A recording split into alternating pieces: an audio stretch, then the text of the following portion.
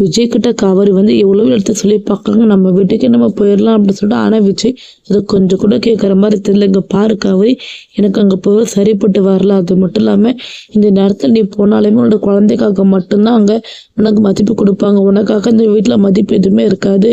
நீ அங்கே வர்றது இப்போ எதுக்குமே யாருக்குமே சரியாகவும் இருக்காது. நீ பாட்டியோட உடம்பு காரணமாக தான் அந்த வீட்டுக்கு போகணும்னு சொல்லி சொன்னோன்னா அது மிகப்பெரிய தப்பு காவேரி. அது மட்டும் இல்லை, பாட்டியோட உடம்பு கூட சீக்கிரம் சரியாக நான் பார்த்துக்கிறேன். தேவையில்லாமல் கண்டது யோசிச்சு மனசப்பட்டு குழப்பிக்க, அதாவது நம்ம குழந்தைய தான் பாதிக்கும். நான் சொல்றது நீ கேளு, பேசாமல் நம்ம இந்த வீட்டிலே இருந்துடலாம். உனக்கு இங்கே இருக்கு பிடிக்கலன்னா சொல்லி நம்ம வேற வீடாட பார்த்து போகலாம். அதுக்காக நம்ம அந்த வீட்டுக்கு தான் பொண்ணு அவசியம் கிடையாது அப்படின்னு சொல்றாங்க. உடனே கேட்க காவேரியும், ஐயோ நான் சொல்றது கொஞ்சம் புரிஞ்சுக்காங்க, பேசாம நம்ம அந்த வீட்டுக்கு இப்போ நம்ம அந்த வீட்டுக்கு போதான் கரெக்டா இருக்கும். இங்க இருந்து எல்லாருக்கும் தொந்தரவு இருக்கிறதுக்கு பதிலாக. அது மட்டும் இல்லாம இங்க இருக்க தேவையில்லாம கங்காவுக்கு தான் பிரச்சனையா இருக்கு. அவர் ரொம்ப கஷ்டப்படுற, எனக்கு பார்க்க ரொம்ப கஷ்டமா இருக்கு. அது மட்டும் நம்ம தாத்தா கிட்ட நான் சத்தியம் பண்ணி கொடுத்துருக்கேன், உங்களை எப்படிடா இந்த வீட்டுக்கு கூட்டிட்டு வந்துருவோம்னு சொல்லிட்டு நம்ம தாத்தா பாட்டிக்காக கொஞ்சம் யோசிச்சு பாருங்க அப்படி சொல்லுவாங்க. அதை கேட்டு விஜய் வந்து, நீ இதை பற்றி பரவ பேசல, இப்போ எதுவுமே பேசலாம், சாப்பிட வீட்டுக்கு போகலாம் அப்படின்னு சொல்லிட்டு காவிரியை சாப்பிட வச்சு வீட்டுக்கு கூட்டிட்டு போறாங்க. ஆனால் காவிரியும் ரொம்ப டல்லாக இருக்கு. அவருக்கு எப்போதான் புரிய போகுதுன்னு தெரியலையே.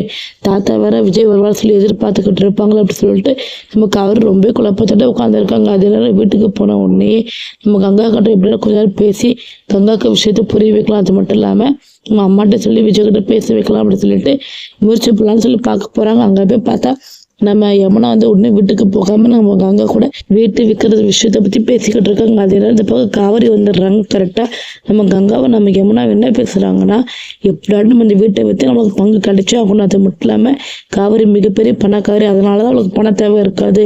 ஆனா நம்மளுக்குலாம் அப்படி கிடையாது. நான் நிவின் கூட வாழணும்னா எனக்கு பண தேவையே தேவை. அது மட்டும் இல்லாம இப்போ குமரன் மாமா அங்கே போய் கஷ்டப்படுறதுக்கு காரணம் பணம் தானே. குமரன் மாமா கிட்ட பணத்தை கொடுத்தா குமரன் மாமையும் அங்கே நொட்டுட்டு போக போறாரு. எல்லாருமே சும்மா இருக்காங்க. நம்ம எப்படியாவது காவேரிக்கு தெரியாம அந்த வீட்டை வித்துடணும், அப்படி அதுக்கு எப்படியாவது நம்ம வழி பண்ணலாம் அப்படி சொல்லிட்டு நம்ம யமுனா ஒரு பக்கம் சொல்லிட்டு இருக்கீங்க. இதெல்லாம் கேட்டு காவேரி செம்ம கோவப்பட்டு இருக்காங்க. இவ்வளோ திருந்த மாட்டாலும் போல இந்த யமுனா வீட்டுக்கு வந்தாலும் கங்கா உட்கார மனசை மாத்திக்கிட்டே இருக்கா. இதை நம்ம இப்படியே விடக்கூடாதுன்னு சொல்லிட்டு செம்ம கோவமா பார்த்துக்கிட்டு இருக்காங்க. அதான் கங்கா சொல்றாங்க, ஆமா நீ சொல்றது கரெக்டடி. இந்த காவேரி கொஞ்சம் கூட இந்த குடும்பத்து மேல அக்கறை கிடையாது, நம்ம மேல அக்கறை கிடையாது. அவளுக்கு அவ புருஷன் மட்டும்தான் முக்கியம். ஏன்னா 10 தலைமுறைக்கு உட்காந்து சாப்பிட்ற அளவுக்கு சொத்து சேர்த்து வச்சிருக்காங்க. அவளுக்கு என்ன பிரச்சனை இருக்க போது, எதுக்கு எடுத்தாலும் விஜய் கிட்ட கேட்கறோம், காவிரி கிட்ட கேட்கணும் சொல்லிட்டு ஓவரா பண்ணிக்கிட்டு இருக்காங்க.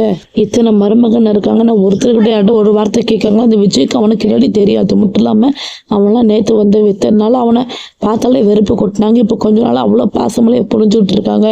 நானும் பார்த்துட்டு தான் இருக்கேன், சரி கிடையாது. விஜய் காவிரி இந்த விட்டுட்டு போனால் மட்டும் இப்போ நிம்மதியாக இருக்க முடியாது. அது மட்டும் இல்லாமல் இந்த காவிரி வர இந்த விட்டுட்டு போகிறேன் சொல்லிட்டு தான் போகிற மாதிரி தெரியல. எங்கள் 2 பேரும் கூடிய சீக்கிரம் வீட்டை விட்டு அடிச்சு விரட்டிட்டு நம்ம நினச்ச மாதிரி கொடைக்கானல் வீட்டை எப்படி வித்துலாம். அம்மா மனசு அப்போ தான் நம்மளுக்கு மாற்றுறதுக்கு ஈஸியாக இருக்கும் அப்படின்னு சொல்லிட்டு நம்ம கங்கா ஒரு பக்கம் பேசுறீங்க. இதெல்லாம் கேட்டு காவேரி அப்படியே உடஞ்சி போய் உட்காந்து அங்கேயே அழ ஆரம்பிச்சிடுறாங்க. அது மட்டும் இல்லாமல் நீங்கள் இதுக்கு நான் இருக்கிறதுக்கு சரிப்பட்டு வராது. அது மட்டும் இல்லாமல் நான் அந்த விட்டுட்டு போகவே மாட்டேன், நான் இந்த வீட்டில் தான் இருப்பேன். கொடைக்கானல் வீட்டை எனக்கு திரும்பி விற்கணும்னு சொல்லிட்டு பிளான் போட்டுருக்கு. நடக்க விட மாட்டேன். அது அப்பாவோட வீடு, அப்பாவோட கனவு வீடு. அப்பாவுக்கு நான் ஆசாசியை பார்த்து அந்த வீட்டை நான் பத்திரப்படுத்தி வச்சிருக்கேன். அப்பாவோட ஞாபகமாக நான் இருக்கும் சொல்லி நினச்சிட்டு இருக்கேன். ஆனால் நீங்கள் இந்த சின்ன பின்னமாக்கு நினைக்கிறீங்க என்ன அப்படின்னு மனசில் நினச்சோட செம்ம கோவமா உள்ளே போகிறாங்க. உள்ளே போகலான்னு நம்ம யமுனா காவேரி பார்த்தோன்னே அப்படியே பயத்து நடுக்க ஆரம்பிக்கிறாங்க. இந்த பக்கம் கங்காவும் வா காவேரி எப்போ வந்தோம் அப்படின்னு சொல்லிட்டு நடிக்க ஆரம்பிக்கிறாங்க. இதை கேட்டோடனே நம்ம காவேரிக்கு செம்மக்கு வந்து அதெல்லாம் தேவையில்லக்கா, ரொம்ப நல்லவங்க நடிக்க தேவையில்ல. அது மட்டும் நீங்கள் எல்லாம் பேசி எல்லாமே கேட்டு தான் வந்திருக்கேன். விஜய் என்ன அந்த அளவுக்கு நீங்கள் கேவலம் நினச்சிட்டு இருக்கீங்க என்ன. அது மட்டும் இல்லாமல் நான் அப்பாவோட வீட்டை நான் யாராலுமே எதுக்காக நான் விட்டு கொடுக்க மாட்டேன். அப்பாவோட வீடு நான் விற்கவும் விட மாட்டேன். அது அப்பாவுக்கு சொந்தமான வீடு, அப்பாவோட ஞாபகம் கொடைக்கானல் வீடு அங்கே தான் இருக்கும், அங்கே தான் இருக்கணும். தேவையில்லாமல் நான் யாருக்கும் விட்டு கொடுக்கவும் மாட்டேன். அது மேலே விற்க நான் அனுமதிக்க மாட்டேன். என்னை மாரி இந்த வீடை நீங்கள் எப்படி விற்க நான் பார்க்க தானே போகிறேன் அப்படின்னு சொல்லிட்டு சவாலை விட்டுற மாதிரி நம்ம காவேரி பேத்துறங்க இருக்கணும்னு யமுனா வந்து அப்படியே பயந்து போய் நிற்கிறாங்க. இதை பார்த்துக்கிட்டு நம்ம காவேரி வந்து இன்னும் ஒன்றுமே தெரியாத மாதிரி ஓரம்ப போய் நின்றுக்கிட்டு இருக்க. எல்லாத்துக்கும் நீ தானே இந்த வீட்டுக்கு வந்து கங்கா கூட மனசை மாற்றி இப்படியாட்டும் உன்னோட வழிக்கு நீ கொண்டு வந்துட்டேன். என்னை மாரி அந்த வீட்டை நீங்கள் 2 பேரும் எப்படி விற்கீங்க நான் பார்க்க தானே போகிறேன் அப்படின்னு சொல்லிட்டு காவேரி அங்கேருந்து போகிறாங்க. இதை பார்த்தோன்னா கங்கா வந்து உடனே சொல்கிறாங்க, உனக்கு எப்படி அந்த வீட்டில் உரிமை இருக்கும், பங்குக்கு இருக்கும், அதே மாதிரி தான் எங்களுக்கும் இந்த வீட்டில் உரிமை இருக்குது. நாங்கள் அந்த வீட்டை நாங்கள் விற்று காட்டுறோம் பாரு அப்படின்னு சொல்லிட்டு சவால் ஓட்டுற மாதிரி பேசணும் காவேரியும்.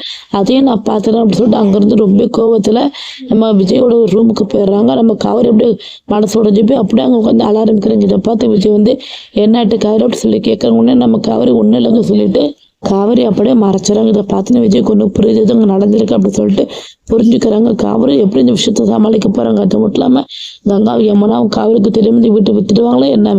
விஜய்க்கு இந்த விஷயம்லாம் தெரிய வராமல் விஜய் தெரிய வந்துச்சுன்னா விஜய் எடுக்கப்படுற முடிவு என்னதான் இருக்கும்.